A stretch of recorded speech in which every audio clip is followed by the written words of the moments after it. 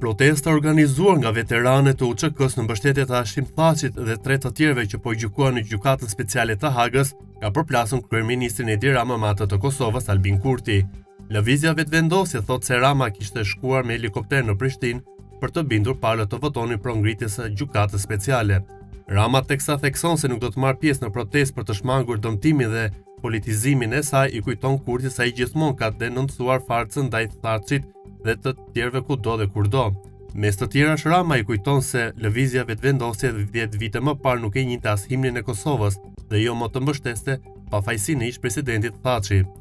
Kryeministri Edi Rama i thotë gjithashtu se partia e tij do e donte ish-presidentin përjetësisht në Hag. Unë s'jam në asnjë lloj gare me lëvizjen dhe më vjen keq që lëvizja ngatron marrëdhëniet institucionale të Kosovës me Shqipërinë në çorbën e balotazheve komunale, ndërsa përqendrimet e para 10 viteve